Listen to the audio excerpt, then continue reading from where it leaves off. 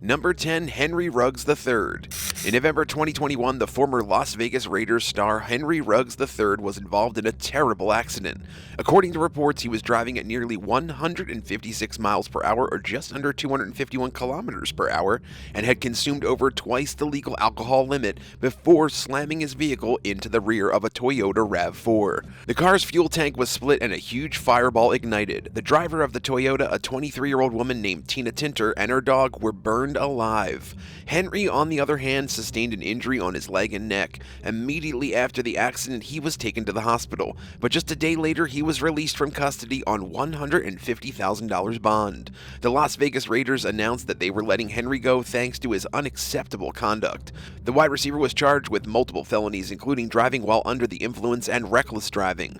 Understandably, he was put on house arrest with both alcohol and location monitoring devices. His girlfriend was also in the car with him at the time of the crash and had to undergo surgery for a severe arm injury. The district attorney later revealed that Ruggs had a loaded gun with him in the car, so he was charged with misdemeanor gun possession along with the other crimes. Apparently, the football star was uncooperative with both police and the medical team that came to help. His blood alcohol level was at 0.161%, and he showed obvious signs of impairment. Clearly, Henry was in no position to drive. The trial hasn't taken place yet, but he's definitely going to face a mandatory 2-year prison sentence at least. If he's convicted, he'll spend more than 50 years behind bars. In any case, his football career is over, and an innocent woman and her dog were killed. And he'll have to live with the rest of his days knowing that it all happened because of his carelessness. Number 9, Albert HAYNESWORTH. There are very few athletes on the planet that have been involved in as many controversies as the former Tennessee Titans star Albert HAYNESWORTH.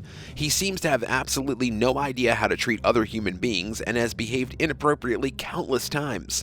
His bad behavior includes starting multiple fights, car crashes, arguing with coaches and teammates, and even straight up abusing women. One time in 2006, he kicked an opponent's helmet off and literally stomped on his face.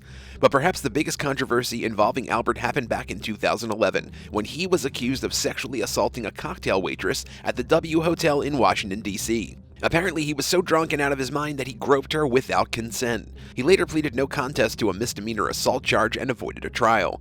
The then 30-year-old star agreed to undergo alcohol abuse and psychological social assessments from professionals. Aside from this, he also had to perform 160 hours of community service and was forced to stay away from the victim for 18 months. In 2020, the former defensive lineman was in trouble again. He was arrested after being accused of threatening to physically harm his ex, Brittany Jackson, and her new boyfriend. He apparently drove 3 hours from Franklin to Cleveland and then started yelling at the couple. At first, they tried calming him down, but soon police were called to the scene to take Albert into custody. He was later charged with domestic assault and disorderly conduct. Maybe one day he'll learn. Number 8, DeShaun Watson.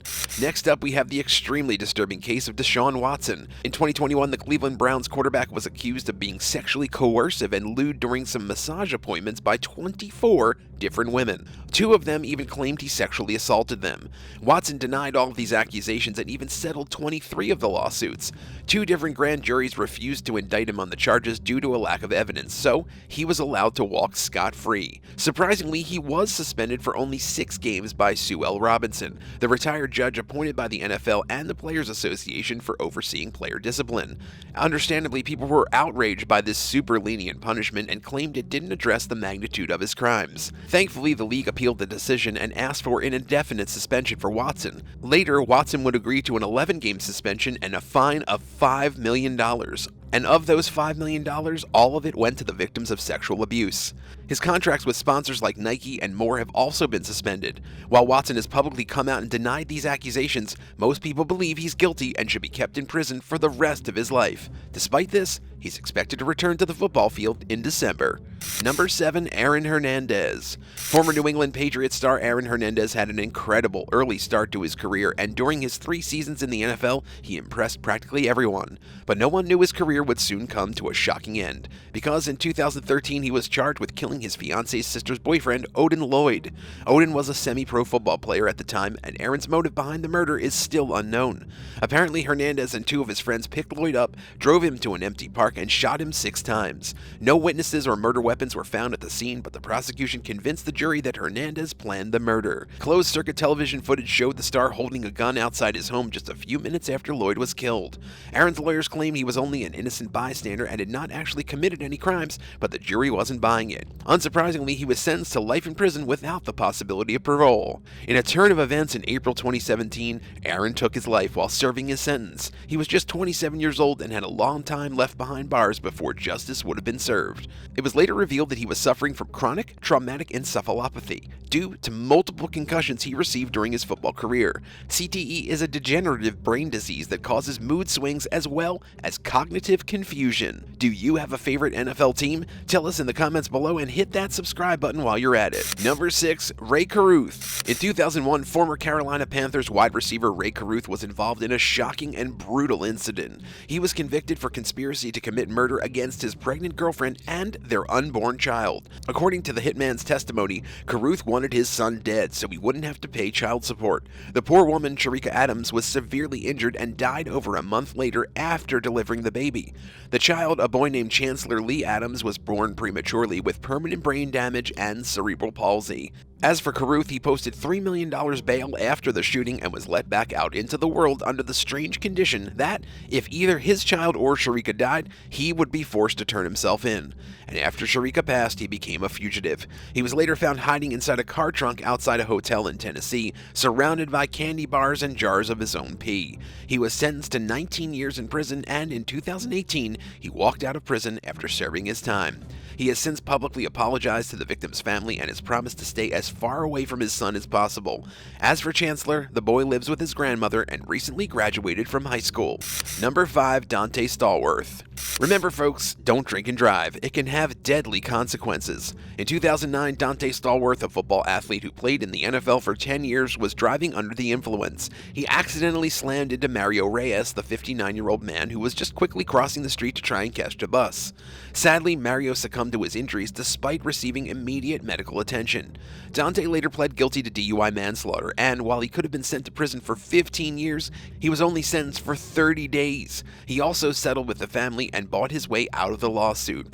Naturally, people were outraged since the punishment did not seem fair in any way. Someone died thanks to his actions. Surely he could have been punished fairly, right? Many argue that driving while drunk is a choice and almost is as bad as murdering someone. Someone even claimed that he should have been sent to prison for at least 30 years, but because he was an athlete, he got off easy. To make things worse, he was only suspended by the NFL for 1 season and later kept playing in the league for 3 more years. Still, DONTE frequently mentioned the incident since it haunts him to this day, and he never truly forgave himself for the harm he caused. But guilt isn't justice. Now, DONTE works as a football commentator and journalist. Number 4. Michael Vick. Back in 2007, Michael Vick was on top of the world. The NFL quarterback was an icon, star, and role model, but all of this changed after he was exposed for disturbing acts of animal cruelty. His personal dogfighting ring was all over the news that year, and many were shocked by the unethical and unthinkable crimes Michael committed. Understandably so, his name has since been heavily tainted with a poor reputation. The feds discovered a Virginia property he owned that was being used to stage, house, and train pit bulls for fighting. There were also several kennels where dogs were forced to mate, an electric treadmill, and bloody carpeting. About 50 live animals were found, and it was later confirmed that at least 30 of the pit bulls had to be killed on site. The fights were being sponsored by a criminal group called Bad News Kennels, which was formed back in 2002. Dogs and participants all over the world would come here, and sometimes the winners would earn up to thousands of dollars. And whenever a dog lost a fight, it would often be put down and killed, either during the event or as a result of receiving fatal injuries. Vick initially claimed that he rarely visited the property and had no idea what was going on. He went on to blame his family and eventually pled guilty to his crimes in court. He was sentenced to 18 months in prison for his unforgivable crimes towards innocent pit bulls. Number 3. Adam Jones. Next up on our list, we have Adam Pac-Man Jones, who has been involved in so many ugly situations it'd be difficult to mention them all in one video. Adam was a star cornerback, but nowadays he's mostly remembered for his legal brushes in court. In 2005, only 2 weeks before training camp was scheduled to start, he was arrested for assault and felony vandalism after an altercation at a nightclub. Then in 2006, he tried to punch a police officer after getting arrested for possession of marijuana. Later that year, he he was once again in trouble for spitting in the face of Toya Garth at the Sweetwater Saloon. A few months later, he was accused of the same thing by a young female college student. The next year, he was involved in a scary situation at a strip club. He apparently threw a bunch of money at some strippers, then got offended when they took it without asking him.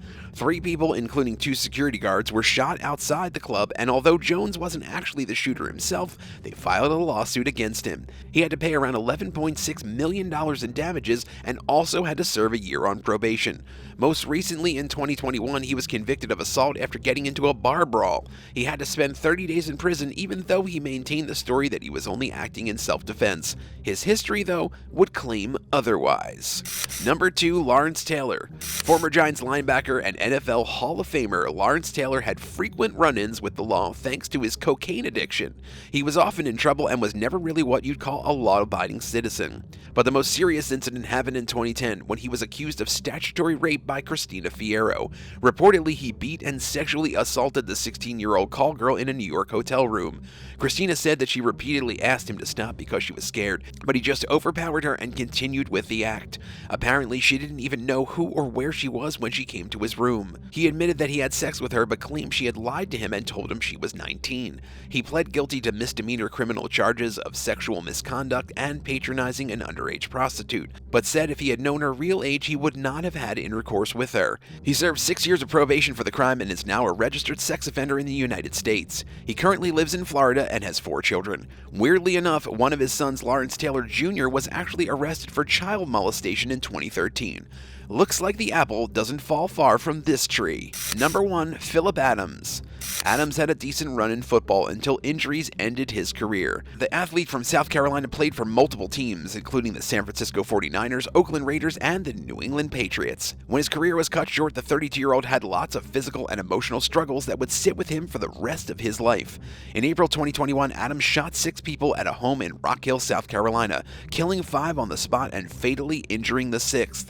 His victims included Dr. Robert Leslie, Barbara Leslie, and their grandchildren Ada and Noah. The other 2 victims were James Lewis and Robert Shook, who were only at the family's home to fix an air conditioning and heating unit.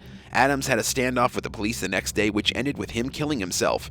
Reports suggest that his mother was in the house but was safely removed before he shot himself. What's most shocking about this is that Adams had no previous criminal record and absolutely nobody could have seen this happening. His father stated that his football career should be blamed for this incident since it, quote, messed him up. His sister confessed that the family noticed his mental health was degrading, quote, fast and terribly bad in the year leading up to his death, and he was showing concerning signs of mental illness. An autopsy report revealed that the player was suffering from CTE, which is caused by repeated impact blows to the head, a common condition football players suffer from. Thanks for watching. Which of these stories surprised you the most? Tell us in the comments below and don't forget to subscribe. See you next time on The Bad Badger.